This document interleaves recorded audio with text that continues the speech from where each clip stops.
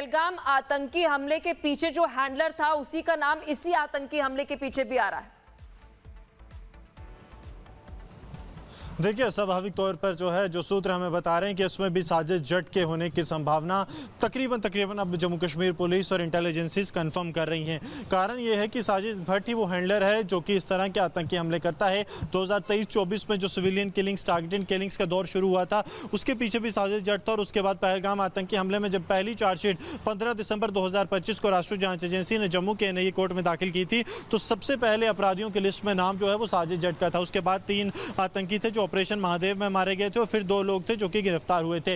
आपको बता दें कि साजिश जट जो है वो पाकिस्तान के लाहौर से ऑपरेट करता है। इसकी पुख्ता जानकारी सुरक्षा एजेंसियों के पास मौजूद है। ये 2005 से 2007 में कश्मीर घाटी के कुलगाम में ऑपरेट कर चुका है। यहीं पर इसने शादी भी की थी। इसके अलावा आपको बता दें कि साजिश जट के ट्रेस जो हैं वो अब कुलगाम आतंकी हमले में मिले हैं। इसने ही जो है लतीफ़ भट्ट को कहा था कि वो आतंकी हमले को अंजाम दे। लतीफ़ भट्ट की तस्वीर रिपब्लिक मीडिया नेटवर्क के पास मौजूद।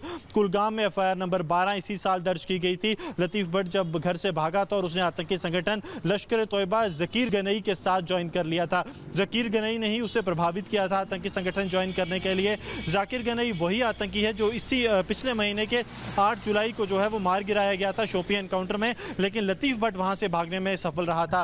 अब सूत्र बताते हैं कि लतीफ़ भट्ट को इस बारे की जानकारी थी कि शोपियां में जो ऑपरेशन हुआ है उसका इनपुट कुलगाम पुलिस ने दिया था और बदले की भावना से इस आतंकी हमले को उसने जानबूझकर अंजाम दिया। आने वाले दिनों में और आतंकी हमलों के जो है इनपुट सुरक्षा एजेंसियों ने दिए हैं। ये जो आतंकी हमले हैं अनंतनाग, कुलगाम, सेंट्रल कश्मीर और उसके अलावा south of Pir Panjal reason, जिसे कि भारतीय सेना एसपीपीआर भी कहती है, उस इलाके में हो सकते हैं। इस तरह के इनपुट जो हैं वो मौजूद हैं। तो अब परत दर परत इन्वेस्टिगेशन में कई चीज़ें सामने आ रही हैं, लेकिन इस वक्त की अगर हम बात करें तो जम्मू कश्मीर के उपराज्यपाल मनोज सिन्हा जो है वो सुरक्षा समीक्षा बैठक ले रहे हैं, जिसपे कि सभी 20 जिलों के एसएसपीज मौजूद हैं, डिप्टी कमिश्नर मौजूद हैं, आईजी जम्मू, आईजी कश्मीर के साथ साथ सीआईडी चीफ नीतीश कुमार और जम्मू कश्मीर पुलिस के डीजीपी नलिनी प्रभात जो है उस बैठक का हिस्सा हैं, जिसमें कि गहन चर्चा हो रही है कि आखिरकार सिविलियन किलिंग्स को कैसे रोका जा सके। क्योंकि आपको याद होगा कि 2023-24 में जब सिविलियन किलिंग शुरू हुई थी तो वो एक पूरी सीरीज बन गई थी। ये सिविलियन किलिंग्स यहाँ पर ही थम जाएं, इसको कैसे सुचारू वर्कर्स की भी टारगेट किलिंग जो है गुरसिमरन की जा रही थी। आप हमारे साथ बने रहिए, लेकिन इसके साथ साथ जम्मू कश्मीर के डिप्टी सीएम सुरेंद्र चौधरी से खास बातचीत की रिपब्लिक भारत में, सुनिए आप भी।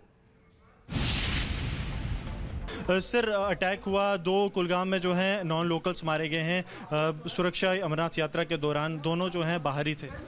देखिए, मैं तो आपको एक ही बात कहूँगा, ये उग्रवाद की जो रोज उग्रवाद से जो किलिंग हो रही हैं, अब इस पे बयान दे दे के हम लोग जम्मू कश्मीर के लोग थक गए हैं। अब हमारी ये हालत हो गई है कि हमारा दिल ही नहीं करता हम इस पे बयान दें। जब एक साइड सिक्योरिटी फोर्सेस कहते हैं कि उग्रवाद ख़त्म हो गया और आप लोग ही दिखाते हैं कि आज इस इलाके में 2 मिलिटेंट रह गए हैं, उसमें 3 मिलिटेंट रह गए, उसमें 4, और ख़ुद कहीं पीछे कुलगाम में तो कहते थे सफाया हो गया है, मिलिटेंट है ही नहीं है वहाँ पे। तो फिर ये 2 लोग कैसे मारे गए? चंद रोज़ पहले एक हमारा सिपाही जो है वो अनंतनाग में शहीद हो गया, कैसे मारा गया? ये कौन लोग हैं? कौन लोग ये किलिंग कर रहे हैं? उग्रवादी हैं या कौन से लोग हैं? जब भी स्टेट का दर्जे की बात शुरू होती है कि स्टेट का दर्जा बहाल करो, कोई ना कोई किलिंग हो जाती है। हम तो अब इसको इस नज़र से देखना शुरू हो गए हैं।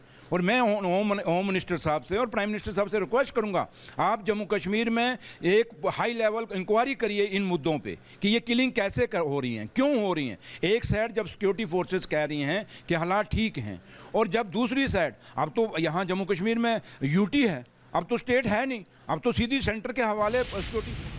तो जम्मू कश्मीर के डिप्टी सीएम को आप सुन रहे थे।